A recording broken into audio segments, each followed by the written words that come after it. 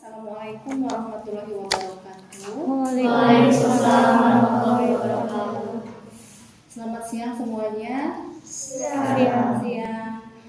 Sampai berjumpa lagi dengan saya di keperawatan maternitas, sebagaimana bahwa saya di sini dipercaya untuk menyampaikan mata kuliah keperawatan maternitas, yang dimana saya adalah koordinator keperawatan maternitas. Keperawatan maternitas ini terdiri dari satu tim. Yang pertama yaitu saya tadi koordinatornya, kemudian masih ada 3 orang dosen yang lainnya.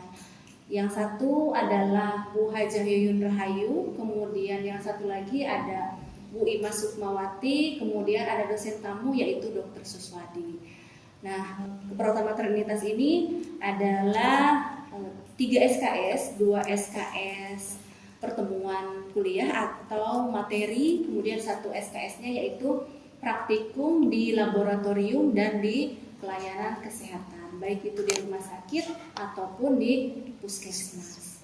Kemudian adapun capaian pembelajarannya yaitu mahasiswa dapat melakukan intervensi keperawatan pada usia reproduksi, di mana usia reproduksi itu adalah wanita usia subur, kemudian remaja, kemudian pasangan usia subur, kemudian nanti ada lagi siapa wanita atau lansia dengan menopause atau menjelang menopause.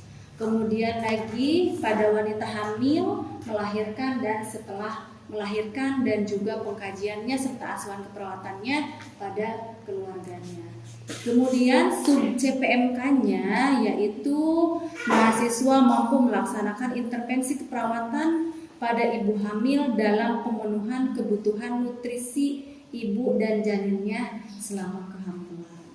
Baiklah, pertemuan kali ini insya Allah kita sepakati berlangsung selama 30 menit. Kemudian dari teman-teman semua masih ingat pertemuan sebelumnya kita yaitu materi dengan perkembangan janin. Kemudian setelah itu yang terakhir kemarin adalah iya betul, ANC atau antenatal care atau pengkajian bagi ibu hamil. Ya.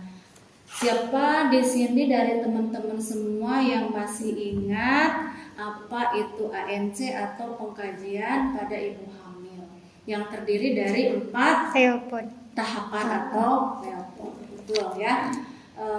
Baik, leopard 1 Cung. Iya, silahkan Neng Dina. Leopard 1 itu untuk menentukan TFU atau tinggi fundus uteri dan menentukan usia kehamilan. Oke, betul. Masih ingat leopard 2? Iya, silakan. Leopard 2 itu menentukan pembukaan dari diri atau menggunakan denyut jantung. Iya, betul. Leopard 2 yaitu untuk menentukan apakah punggung bayinya ada di sebelah kiri atau sebelah kanan, kemudian nanti kita untuk mendengarkan dan menghitung denyut jantung janin atau DJJ. Betul? Alhamdulillah masih pada ingat ya. Kemudian leopard 3, silahkan Neng Resti. Untuk menentukan bagian presentasi terbawah, kepala atau bokong. Iya, betul. Kemudian leopard 4, iya, Untuk menentukan apakah kepala bayi sudah masuk ke dalam kandungan kamar. betul. Saya ulangi, yang keempat leopard 4 yaitu untuk menentukan apakah kepala sudah masuk PRPA atau belum. Sip. Semuanya masih pada ingat ya teman-teman. Satu lagi yang masih ingat tentang untuk menentukan, ini soalnya paling inti, menentukan usia kehamilan. Bagaimana caranya? Usia kehamilan bisa dari TFU, yaitu di leopard 1 kan ada pemeriksaan TFU. Dia nanti hasilnya TFU dikali 2/7 kalau misalnya dalam bulan, dan dikali 8/7 kalau misalnya dalam minggu. Iya, siap, betul ya. Nah, jadi nanti masih bisa dipraktekkan ya. Jadi setelah kita mengkaji pengkajian antenatal care atau ibu hamil tadi dari leopard 1 sampai leopard 4, tidak lupa kita kaji dulu awalnya dari kepala yang tutu atau dari ujung rambut sampai ujung kaki. Kemudian jadi intinya kita hitung TFU-nya berapa, kemudian kita masukkan ke rumus mau pakai yang bulan atau yang minggu hasilnya ya. Alhamdulillah semua teman-teman teman-teman masih ingat. Kemudian sambungan untuk pertemuan sekarang yaitu tentang nutrisi ibu hamil ya. Baiklah, di sini nutrisi ibu hamil itu pengertiannya, kehamilan trimester pertama adalah masa yang penting untuk pembentukan embrio dan organ pada janin. Ya, sebagaimana kita ketahui bahwa kemarin di perkembangan janin itu dibagi tentang kehamilan itu ada 3 periode. Yang pertama trimester 1, kemudian trimester 2, kemudian trimester 3. Iya, sip. Trimester 1 ini adalah intinya pembentukan janin, pembelahan sel dari mulai pembuahan, sperma membuahi sel telur sampai terjadinya embrio, terbentuknya seluruh organ bayi utuh itu adalah di trimester 1, sehingga sangat dibutuhkan nutrisi yang paling bagus pada ibu hamil ya.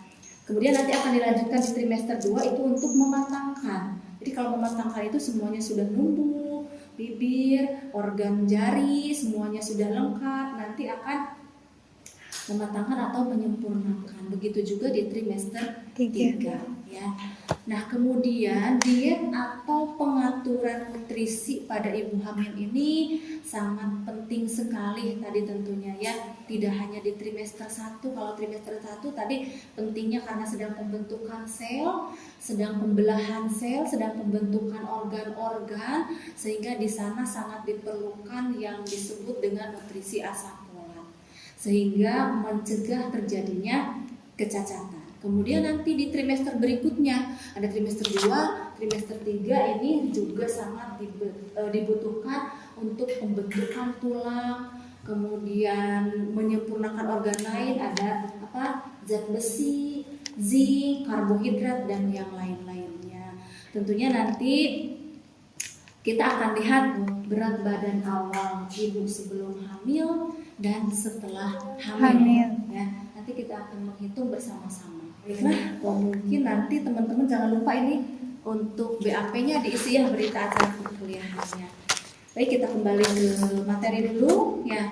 Di sini tentunya dari awal ibu hamil dengan berat badan yang normal akan membuat basic atau latar belakang ibu melahirkan bayi yang normal atau bayi yang sehat. Tentunya di sini ibu yang berat badannya normal itu harus menambah berat badannya selama hamil itu yaitu 11,3 sampai 15,9 kg. Jadi dari trimester 1 sampai trimester 3 itu yang tadi berat badannya normal menambahnya itu 11,3 sampai 15,9 kg. Ya. Jika ibunya berat badannya kurang, berarti harus berapa? Tentunya akan lebih besar lagi ya, lebih banyak lagi, yaitu 12,7 sampai 18,1 kg. Jadi agak-agak meningkat sedikit ya. Kemudian jika ibu yang awalnya gemuk atau obesitas, berarti ini akan lebih sedikit penambahannya. Kira-kira sudah ada yang tahu dari teman-teman semua sebelum saya sampaikan? 10. Ada lagi? 5. Ada lagi? 7. Nah, yang betul 5 sampai 9 kilo, kurang sedikit ya. Jadi harusnya 5,0 sampai 9,1. Makanya kemarin kita di ANC ada penimbangan berat badan sebelum kita lakukan pemeriksaan Leopold. Nah, ini untuk menentukan berapa berat badan yang sudah meningkat selama hamil. Begitu juga pertemuan berikutnya, besoknya ibu datang lagi dengan pemeriksaan ANC lagi, kita observasi lagi berat badannya. Apakah memenuhi sesuai usia kehamilannya? Ya, apakah bertambah atau sudah nih morning ibu jangan nambah lagi gitu ya, karena basicnya tadi kita sudah tahu. Baiklah, sekarang mari kita menghitung IMT ya. IMT-nya tadi kan yang normal itu 11,3 sampai 15,9 kg ya. Baiklah, sekarang saya punya rumus kan teman-teman. Jadi IMT sama dengan kilogram dibagi tinggi badan pangkat 2 atau kuadrat ya. Sekarang saya punya soal, nanti hasilnya IMT ya. Sekarang saya punya soal badan 51 kg, kemudian tinggi badannya 157 cm. Silakan hitung. Ya, betul. Rumusnya Bentuknya 32 ya. kilogram 51, berat badannya 51, kemudian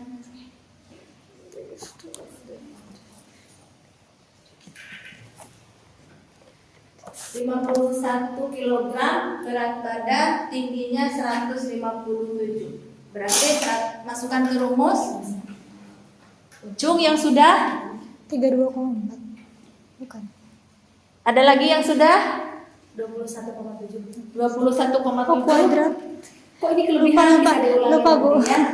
Iya. 12,7 kali 20,7. Bagaimana caranya? Ini betul 20,7, kelebihan 1. Ini kelebihan banyak sekali. Bagaimana caranya? lupa dikuadratkan, Bu. Oh iya betul ya. Jadi jangan lupa berat badan dibagi tinggi badan dikuadratkan atau pangkat 2. Sudah sekarang bisa? Sudah. Bisa, betul ya? Betul. Oke, betul. Iya, betul. Betul. Baik, semuanya bisa. Ya, semuanya bisa ya. Jadi, bisa kita lanjut ke materi kembali ya? Bisa, Bu. Bisa. Nah, baiklah, di sini ada kebutuhan nutrisi selama kehamilan, yaitu ada kebutuhan kalori, kemudian protein, kemudian zat besi, kemudian zinc, asam folat, dan vitamin.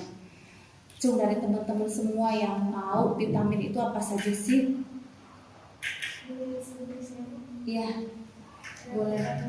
Vitamin K, vitamin C, vitamin A, terus vitamin D. Iya, betul ya. Ada vitamin A, ada vitamin K, ada vitamin C, ada vitamin D, ada vitamin E. Itu semuanya dibutuhkan bagi ibu hamil. Kenapa? Selain untuk kebutuhan ibunya, juga tadi untuk kebutuhan nutrisi bayinya atau janinnya ya. Apalagi vitamin K. Vitamin K ini nanti juga bisa diberikan kepada bayi segera setelah bayi lahir. Ini untuk mencegah apa? Terjadinya perdarahan ya. Jadi itu sangat dibutuhkan sekali dan bisa kita dapatkan dari makanan sehari-hari atau makanan-makanan yang ada di lingkungan kita. Jadi nanti pada saat kita penyuluhan kepada pasien ibu hamil, misalkan mau mengajarkan diet atau pengaturan tentang nutrisinya, sebelum kita ceritakan yang mahal-mahal atau yang jarang didapatkan, kita bisa mencontohkan yang sehari-harinya bisa kita dapatkan di lingkungan sekitar rumah kita. Contohnya, iya, jambu batu, betul. Jambu batu itu vitamin C-nya sangat tinggi sekali. Ya. Kemudian apa lagi? Jeruk. Iya, betul. Jeruk juga mudah ya kita dapatkan. Stroberi, ya kebetulan udara kita tropis sehingga gampang sekali tumbuhnya ya. Apalagi stroberi tadi banyak mengandung asam folat untuk mencegah terjadinya kecacatan pada janin. Iya betul. Kemudian protein. Protein itu ada 2 macam. Protein apa? Nabati, hewani. Iya, ini mah semuanya tahu ya. Jadi yang nabati itu apa saja? Keju. bukan. Dari tumbuh-tumbuh sayur-sayuran. Iya, apa itu? Kacang-kacangan. Kacang. Gitu ya. Kemudian yang dari hewani, Dari daging, telur, iya, ya. Dagingnya tidak hanya dari ayam ya, pokoknya daging-dagingan, boleh daging merah atau daging putih ya, kelinci gitu ya. Ikan jangan lupa ya. Ikan juga ya, ada ikan laut, ada ikan tawar gitu ya, boleh. Kemudian lagi susu boleh ya, kalau mau mengkonsumsi susu atau misalkan suka dengan susu. Ada beberapa yang harus dihindari oleh ibu hamil. Kira-kira apa nih? Teh, oh, kopi, kemudian obat-obatan. Kemudian satu lagi soda atau alkohol. Lagi kenapa tidak boleh minum kopi? Karena mengandung kafein. Iya, kenapa kafein? Kafein itu bisa menyebabkan gejalanya berdebar-debar. Kemudian apa? Timbul rasa cemas. Iya, meningkatkan rasa mual. Terus apa lagi? Gelisah, sehingga pasiennya susah tidur. Jadi ini dihindari atau dikurangi. Jangan setelah makan protein. makan. Iya, kenapa? Boleh setelah makan. Karena tidak akan si zat dalam makanannya Iya, betul. So, akan terikat oleh Teh. teh. Seperti apa? Zat besi, kemudian seng, kemudian zinc tadi akan terikat oleh itu. Boleh beberapa jam setelah makan. Ya, jadi jangan segera setelah makan. Jadi dari tadi zat-zat yang dibutuhkan oleh ibu dan janin akan terikat oleh teh tadi. Ya, jadi bukan tidak boleh secara total gitu ya. Nah, kalau obat-obatan kenapa tidak boleh? karena takutnya akan mempengaruhi janin. Betul, akan sangat mempengaruhi pertumbuhan dan perkembangan Janin. Sehingga jika memang ibu diharuskan mengkonsumsi obat-obatan, maka harus dengan pengawasan siapa? Dokter. Atau tim medis. kesehatan. Kita tim kesehatan? Iya, betul ya. Kita tim pelayanan kesehatan. Jadi harus sesuai hasil pemeriksaan ya. Kalau misalkan sembarangan nanti akan menyebabkan IUGR. Apa itu IUGR? Hari intrauterine growth retardation atau gangguan perkembangan dan pertumbuhan janin. Ya. Kemudian alkohol, tentunya tadi ya soda atau alkohol dapat tadi mengganggu betul pertumbuhan dan perkembangan janin, juga bisa menyebabkan terjadinya gangguan atau kecacatan. Nah, ini tidak boleh. Kalau ini tidak boleh. Ya, kalau lagi hamil jangan dulu, nanti aja. Kecuali teh sama kopi tadi ya. Kemudian diatur waktunya pada saat makan atau makan snack. Kemudian ada makan apa lagi, makan beratnya gitu ya. Jadi diaturnya. Kita lanjutkan dampaknya. Ini dampak jika kita kekurangan nutrisi bagi ibu hamil. Yang pertama yaitu bisa terjadi kelahiran prematur. Kemudian lagi ada kematian janin. Kemudian lagi terjadi stunting. Nah, ini sering juga dibahas stunting ya. Karena memang lagi apa? Tren. Iya, betul. Lagi tren karena angkanya Meningkat. ya. Kita tahunya stunting itu terjadi pada siapa? Pada anak. Iya, betul. Pada anak-anak ya. Tetapi ternyata stunting ini bisa berdampak dari siapa? Dari ibu. Betul, dari ibu hamil ya. Jadi disebut 1000 HPK ya, hari pertama kehidupan, yaitu di dalam kehamilan. Kemudian lagi bisa terjadi kelainan bawaan. Terjadi kelainan bawaan teh, yaitu tadi salah satunya kekurangan asam folat. Ya, padahal asam folat itu sangat gampang sekali kita dapatkan. Yaitu saya ulangi dari Strawberry. Betul. Dari telur ayam kampung. Iya. Ada sayur-sayuran. Dan buah-buahan segar. Tapi jangan lupa, apa yang jangan lupa? Dicuci bersih. Ya, dicuci bersih di air yang mengalir. Kemudian boleh direndam pakai air garam sehingga mikroorganisme atau ulat atau telur-telur ulat tadi bisa mati. Ya, jangan terlalu lama nanti stroberinya jadi asin. Asik. Jika ibu terkena TORCH, ini akan sangat bahaya bagi janin. Tadi bisa juga menyebabkan keguguran dan kecacatan. Jadi selain nutrisi ternyata ada penyebab lain lagi. Sehingga tadi saya menjelaskan bahwa nutrisi ini harus dicuci bersih dulu atau dimasak dengan Matang. iya betul, dengan matang yang Sempurna. sempurna. Toxoplasma gondii, terus apalagi herpes simplex, cytomegalovirus ya. Jadi jika terkena salah satunya ini bisa terjadi kecacatan ataupun terjadi keguguran atau kelahiran Prematur. Di trimester 2 dan 3 ini bisa menyebabkan kekurangan energi, dapat menghambat pertumbuhan janin tidak berkembang sesuai usia kehamilannya atau yang kita sebut tadi IUGR. Kemudian bisa menyebabkan anemia. Nah, ini kerugiannya juga banyak lagi kalau sudah membahas anemia. Insya Allah pada pertemuan nanti berikutnya kita membahas ibu hamil dengan anemia. Ya. Baiklah, materinya sudah selesai. Saya akan bertanya, teman-teman masih ingat nanti untuk materi nutrisi pada ibu hamil. Boleh saya lihat berita acaranya? Terima kasih semuanya sudah mengisi. Baiklah, hadir semua ya. Hadir. Alhamdulillah, satunya yang memang walaupun tidak hamil tidak dianjurkan. Cung yang masih ingat? Ya, Teh Gina. Yang pertama ada kopi, kedua teh, dan yang ketiga obat-obatan.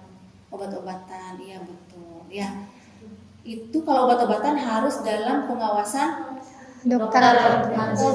kesehatan. Satu lagi Bu ada soda atau Alkohol, nah ya betul ada 4 ya. Nah baiklah, kemudian yang harus kita konsumsi khususnya di trimester pertama, angkat tangan. Ya, Teh Imas. Ada asam folat, yaitu bisa didapatkan dari stroberi, kemudian telur ayam kampung atau sayur buah-buahan. Baik, terima kasih. Karena asam folat tadi saya ulang-ulangi karena biar hafal gitu ya. Asam folat tadi untuk mencegah terjadinya Kecacatan. betul pada janin ya. Nah, kemudian lagi tadi yang kita sudah pelajari, masih ingat rumus menghitung IMT. Nanti kita mau lihat IMT-nya normal, kurang atau obes kan begitu ya. Nah, masih ingat rumusnya? Cung? Ya, Asaid silakan. Rumusnya itu berat badan di badan Pangkat 2. Baik. Jadi berat badan dibagi tinggi badan pangkat 2. Alhamdulillah ya, masih pada ingat ya. Kemudian satu lagi lah ya, dampaknya. Jom, dampaknya tadi? IUDR, Iya. IUDR, kemudian Imas lagi. anemia, kemudian Betul. keguguran, bisa juga kecacatan dan lahiran prematur. Siang, betul sekali ya.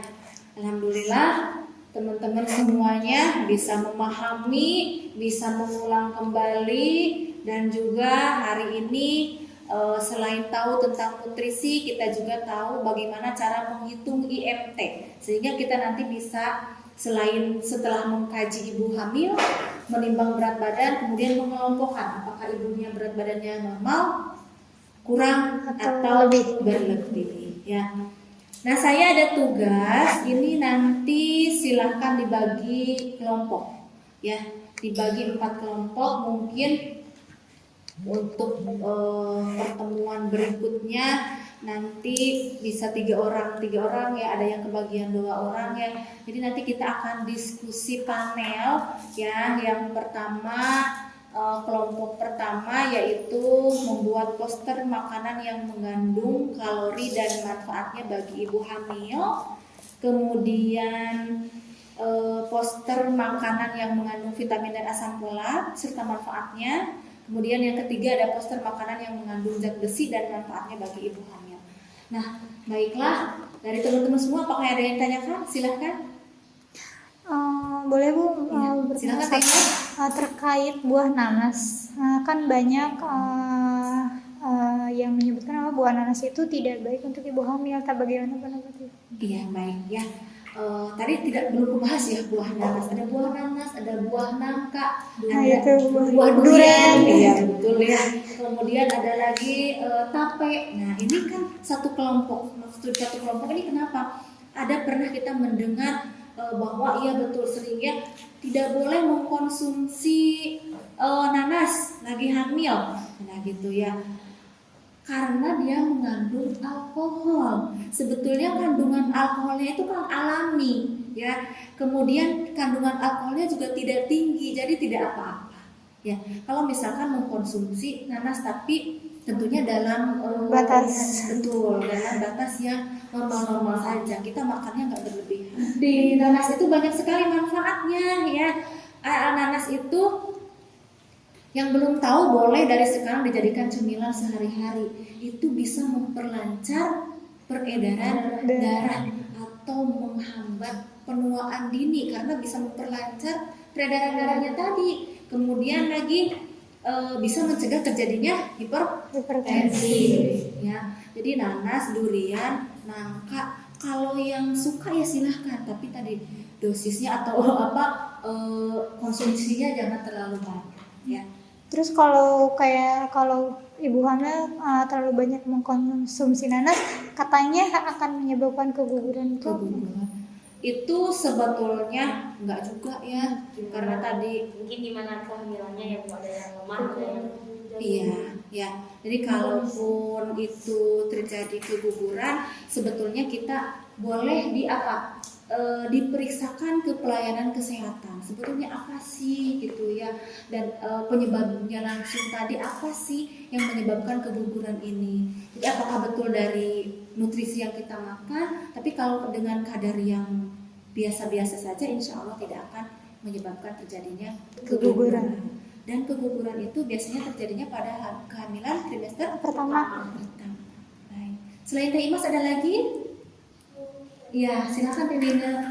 Izin bertanya Bu, jadi saya kan pernah dengar katanya kalau lagi hamil ingin anaknya laki-laki, jadinya laki-laki itu harus mengkonsumsi banyak daging-dagingan. Itu apakah benar atau tidak? Iya, ini kaitannya kemarin di perkuliahan kita tentang tumbuh kembang janin ya. Memang ada kaitannya dengan nutrisi ya sekarang, karena tadi mitosnya katanya harus banyak makan daging kalau laki-laki, kalau perempuan harus makan sayur gitu ya, yang sering kita dengar ya.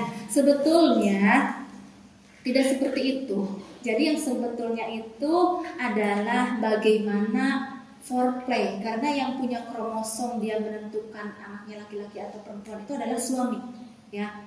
Kita punya kromosomnya apa? XX. Yang punya XY adalah suami laki-laki ya. Jadi foreplay sebelum ibu berhubungan suami istri. Jadi buatlah cairan vaginanya itu asam atau basah. Nah, di sini yang dapat menentukan apakah dia laki-laki perempuan. Jadi bukan dari makan dagingnya gitu ya. Boleh nanti kita bahas lagi ya di pertemuan nanti, sebetulnya sudah lalu ya. Nah, ini nanti kita di diskusi berikutnya boleh ya kita bahas lebih jauh lagi. Karena sebetulnya bukan dari nutrisi, tapi ada kuncinya dari foreplay atau pemanasan ya. Pemanasan pada saat hubungan suami istri gitu ya. Jadi bagaimana nanti apakah ini menentukan menjadi laki-laki atau menjadi perempuan. Cukup teman-teman kira-kira? Cukup. Baik, terima kasih. Assalamualaikum warahmatullahi wabarakatuh. Sampai ketemu lagi nanti di pertemuan berikut.